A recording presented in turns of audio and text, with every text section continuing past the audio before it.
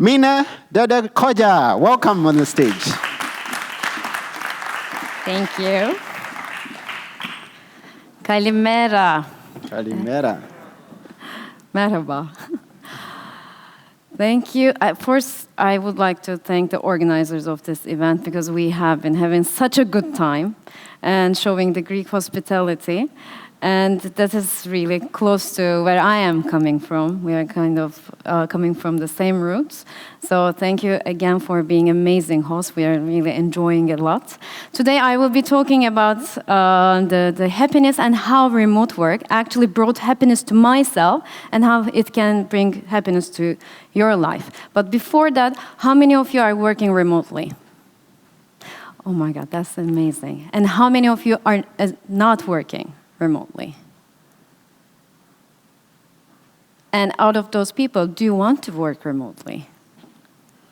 Okay, so we have everyone who are for the remote work, because sometimes people are just like telling me, you know, I'm not good for remote work. And today we will be seeing why it is important to work remotely in our own terms and how flexibility is actually the key. So it's not about like, you know, being in an office or not like somewhere else, but it's all about the flexibility. So this is me. I invented this schema last year when people were really confused about what I'm doing in life because they keep asking me, what are you doing? I mean, we're so confused about the things that you do. So I created this, my left brain, my right brain. I'm a person of balance. Balance is the word for my life, to define my life, because I'm neither that or this, I'm both. And on my left side, I'm head of community at Vertisant, and advisor at Rule. Vertisant is an US-based cloud consultancy company where I am managing their community project with cloud engineers. And I used to be an IS manager with no technical background, but I have a left brain inclination for the technical side. And I'm also a startup mentor. I'm matchmaking them with potential investors. I'm working with technology startups to mentor them from business idea to scale up. And on the right side, I'm a future of work and company culture consultant. On my right brain, I'm a happiness coach. So I'm helping people to find their purpose in life, also the companies to find their purpose in life and to lead a life with their purpose. I have more than 19 years of experience, and since 2012, I've been working remotely. I started being a country representative for Upwork, and that's how everything started for me. I started talking about the future of work, flexible work, freelancing, how you can just change your life being boundless. I'm also the founder of Happy Work Studio and Stardust, co-founder of Vival, which some of you have already been to, and we are planning. Some of you have been asking when's the next Vival, and we are with Lars planning for the next one, hopefully for early spring. I'm also one of the founding members of Remote First Institute, where we are helping companies, people to transition to remote work.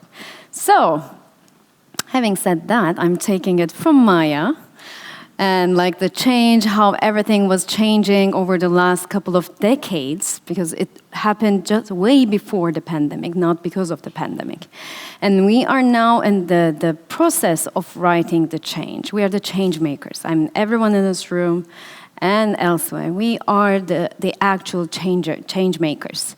Because this is a unique time, and the history is going to talk about this in the future when our kids are like grown-ups. And they will be wondering, like, what was the reason of going to a place like a single location and being entrapped in it from 9 to 5, and just like, you know, being told what to do, how to do, and they will be so confused because that's not their world. That's not what they were born into. And we are the ones changing that. So we're really lucky that we are making that change, and we are responsible for that change. A change has happened way before our time, and we are still talking about it, and this is when the last change happened. Do you know what this is? From which period of time in history? 20s? A bit before that. What is this era is called? this era. Which one? You know it from Bosnia, digital nomad. Right, I cheated. Yeah, it's the industrial revolution. This is the industrial revolution because back then what we needed after the industrial revolution, the reason for the industrial revolution was that we needed more products, more output. So, and we needed more people to produce it. And as Maya was saying, people got, from their home, they got those people, put them in the factories, put them in the production houses, because before that, they were just like, having mom and pop shops, they had their own businesses, but it was the first time that they were put onto buses and just like, or public transportation and took them to other places for the production. And this is called Taylorism, if you want to research more about it, because Taylor made this structure where we had the production line, so these are all lines of people producing, and the superintendent, the manager, would be sitting at the end of the line, making sure that the quality of the output was okay. Because what we needed at that time was more product and more production. But there's no uniqueness about anyone on this line. No one cared what they were doing unless they were performing better or worse. It was only about performance. Then, fast forward, can you see any difference?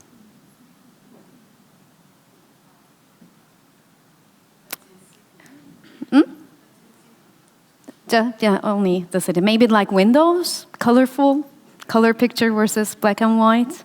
But it's the same thing. It's just like it changed, made it more vivid and vibrant, but in essence, it was the same thing. Putting people in lines, having the manager rooms at the end of those lines, just like making sure that everyone's behaving well, doing whatever they were told to do, and just like, delivering on time, and no one cared. I mean, maybe some personal, gadgets or like, making it more colorful, but that did not change the essence of how work was being done. But the time was changing, the needs of people were changing. So the change that we are now experiencing was inevitable. So it wasn't because of the pandemic. If someone is telling you, yeah, it's because of the pandemic and that it was like a wind and now it's going to go away, no, the change was already happening because our needs, what our expectations, what we are giving importance to has changed remarkably over the last couple of decades. So this is me, working from different places. I keep traveling. I'm working from everywhere. Like my friends, sometimes we're out at dinner, I'm just like connecting, just without even letting them know. I'm just like, listening, sometimes commenting, because it has become so natural. And it's not like the work-life balance that is deteriorating I hate to call it a balance, because if you call it a balance, then there's two sides. It's all blended. I have my work in my life because I have only one life, and work is part of my life. And I enjoy doing it because I'm not enforced to do it. I choose to do it. It's all about your choices. It's all about like owning your own life, including work, because work is part of your life, and you have to own it. You have to take the responsibility of your life, which includes the work part. So these are like all beach sides. It's not always the beach side, but like, being, and I think this one is Greece, should be Greece, because we are usually like, I'm spending the summertime 1 month at a time at a different place every year with the kids. I have 2 kids, by the way. For those of you who think that remote work and digital nomadism is only for young people, that's not the case. So you can do it. I have 2 boys, one's 13, the other one's 8. And they're traveling with me. They're so used to having this kind of lifestyle.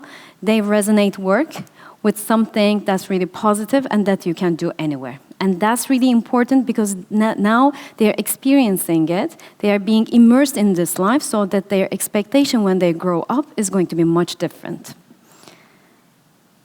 Okay, so now some statistics and science. Why does it make us happy? This is from World Happiness Foundation's survey that they did at the World Happiness Festival. I'm working with them on the happiness projects. And they asked about the flexibility and how it affects their happiness. And 66.4% said strongly agree that the feeling of freedom is a facilitator of my happiness, and agree was 23.8, which is like, more than 90. So everyone thinks that flexibility is making them happy. So, freedom of what is flexibility? How the remote work is giving us that freedom, that flexibility. 95% of the people on the Future Forum Pulse said that they want flexibility when they work, so time flexibility. Because with time flexibility, you get to find your body rhythm. Some of us are like night owls, some of us are like, early risers. You get to choose when you want to work. And you can just like have your more me time and manage that flexibility in your schedule. Diversity. It gives you, these are all real photos from my different, like this is Vertisant. I'm doing lean in circles. We have women from all over the world. You get to understand different cultures, different perspectives. So remote work gives you this opportunity to get to mingle with different kinds of people, not only the people in your own location, in your own city, in your own country, but just like have a perspective, like a global perspective. So that also gives you flexibility, not being bounded with the location that you are living in. The freedom of place, you can work anywhere. And it's not about the office, back to office, are we working in office or are we working from home discussion. This is like however you want it. If you are an office person and if you want to work in an office, then work in an office. A company has to let that person have a space in the company, in an office, so that that person can have the luxury and the flexibility of working in an office if they wanted to. So it's all about the flexibility. It's not about like, where or when, like, the frameworks. It's about the flexibility and going beyond that. So these are the 4 hormones, happiness hormones. And having discussed all of this, let's see how they fall under those 4 hormones. Dopamine. So completing a task with remote work is proven that productivity is higher. People can deliver more work within a less time. And listening to inspiring music, eating a great meal, you have the luxury of doing more of those in your own flexible time. Oxytocin. Hugging your loved ones, you get to have more time because you're managing your own time and you get to spend more time with your loved ones. And also having your baby, dog, pet, anyone that you want to spend time with, you get to have more time with them. Serotonin. It is proven that the flexible people, flexible workers get to have more exercise time, they spend more time in the nature, and they are just like, having more exercise time. And endorphin. It's the hormone that gets released when we are laughing, when we are just like, it's like a natural painkiller. When we are exercising, when we eat dark chocolate and sex. People are asking me, what does it have to do? But you have the flexibility to even do sex whenever you want. Because it's like your natural rhythm. It's whatever that makes you human and giving you that flexibility, putting it out of the box. So this is living out of the box. And I'm coming from Turkey. For some of you, it might be a new thing, but our country officially renamed itself from Turkey to Turkey. So in my presentation, I'll be just mentioning it as Turkey. I'm coming from there, and we recently launched a digital nomad visa. And with everything that I have been talking about, now I will be just telling you how you can experience this from where I come. With the digital nomad visa, you have now the chance to have a borderless life and have this happiness and everything that I have been talking about, how the meals and everything to have in Turkey. So we have the Turkish hospitality just like the Greek hospitality. And the cost of living, this question has been coming a lot to me over the last couple of months because of the inflation. But still, we have, yes, it's really costly to live in a big city like Istanbul. But in the shores of Turkey, it's really like much more feasible and affordable to live. You have an amazing hospitality, geographical diversity. You can find everything from the mountains to the coastal areas and the climate. Like it's sometimes mild and sometimes hot. Whatever you choose to, it's about the flexibility again. So if you are a winter person, you can go for the winters, or if you are a summer person, you can just like chase the winters. The convenient time zone, all remote workers know the challenge about managing your time zone. When you are working from the European countries and working with the American or the Australian companies, clients, it's really hard to manage that time, but Turkey being in the middle of the world is really convenient to manage your time. It's a travel hub. For those of you who have been traveling, you must have had your transition flights from Istanbul. Istanbul is one of the transition hubs. Connectivity, we have a relatively high connectivity infrastructure, and food. So food, the serotonin, I mean, you will have amazing food when you are in Turkey. And Istanbul is the main city. We now have been bringing in influencers, digital nomad influencers, remote workers to Istanbul so that they can experience how they can work remotely. And we have also other locations. Some of you have been telling me that you've already been to those places: Antalya, Marmaris, Fethiye, Bodrum, and Izmir. So these are the top destinations that you can just like come, be a remote worker, enjoy your time, just as I was talking about. And you can also go to other destinations. We did the first Vival in Cappadocia. I'm not sure if we have anyone from that Vival. Lotus was in Sevilla, Chris was in Sevilla. I don't think we had anyone, but we had a beautiful Vival. And Vival is the event that we do with Lars, bringing together remote workers and Web3 people. So with the next one, make sure that you save your seat because it's all about electronic music and networking and like exchange of ideas for remote workers and digital nomads. And you can also have lots of hobbies. Like this is, again, like boosting your happiness hormones. You can do cycling, or you can do trekking, or you can do outdoor in nature, depending on where your hobbies are. So we have a website. You can just check that, Go Turkey. And the requirements for the digital nomad visa, you have to be a university graduate. You have to have like a legit certification. You have to either have an active contract, or if you're an employer, you have to just submit your active contracts with other clients. The minimum threshold for monthly income is $3,000, $3,000, or $36,000 annual income. And this is the visa process. If you're interested, you can just scan the code. For eligibility, the EU citizens or US, Canada, they're eligible. Swiss, they're eligible for the digital nomad visa. And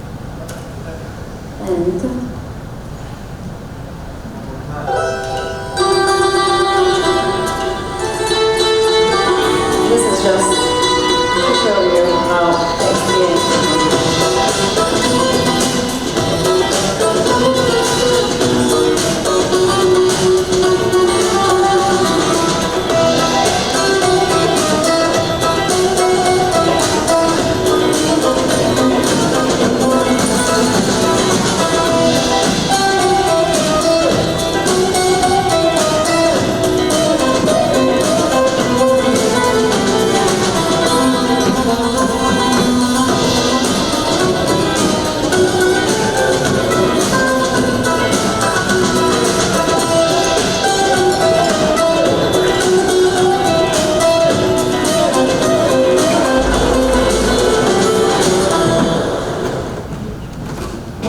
So one happy experience, if you are interested, this is my contact. You can just contact me. You would find all my links, my social media, my emails. So if you're interested to learn more about it and also work on your happiness and how to make happiness as in the center of your life as you are working remotely, feel free to contact me. Thank you.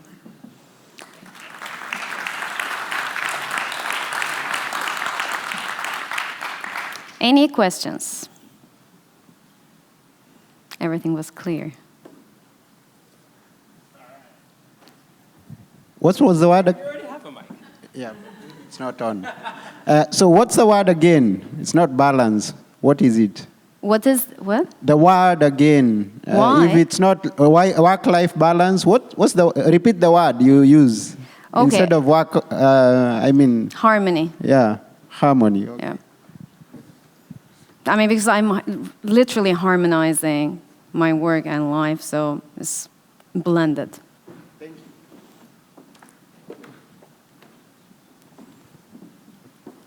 Thank you, Mina. It was very insightful, and I really liked what you shared about the flexibility and how this makes us happy. Apparently, there is some going back for some big companies. I think last month, Amazon announced that they're calling back the employees. So I would like to know, what would you tell these employers to give this flexibility to the people so that this will not be renounced for many popular companies and a lot of staff? So it's going to be not that easy because they have already made their lease agreements with the offices. That's the reality. That's the only reason, because real estate industry is still on, and it's one of the biggest ones, and they won't let it go. And so what I am telling to the companies is that I'm sorry to say this, but they will be left with the employees that are left over. Because like people, you cannot just like with the new generation, you cannot fool them. I mean, they have seen it, they have experienced it. Once you make someone experience something, you cannot take it away from that person because they've already experienced it. Now they know it in every cell of their body, how flexibility feels. I mean, this is like imprisonment, I think, for me. Like if you have someone and they experience the flexibility, that freedom, putting them, again, like entrapping them in an office for no reason, they will leave the moment that they find another job. That's the reality. No one is just like, the new generation, they don't care about the titles, they don't care about the big company names. That's old school, that was used to be. So, I mean, if companies, the big companies think that they can just like win the talent war just because they are a big company, they're so wrong. And I mean, the people, the talent, they're going to prove them wrong. Thank you.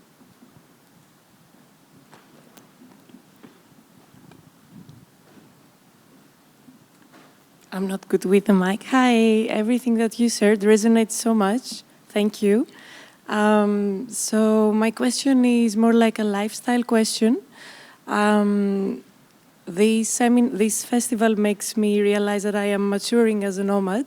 I am remote working. I'm a digital nomad for the last 4 years, three and a half. And I've been traveling a lot. I've been mesmerized by the lifestyle, let's say. But now as I am maturing, one of the things that I'm realizing is that what I miss, right?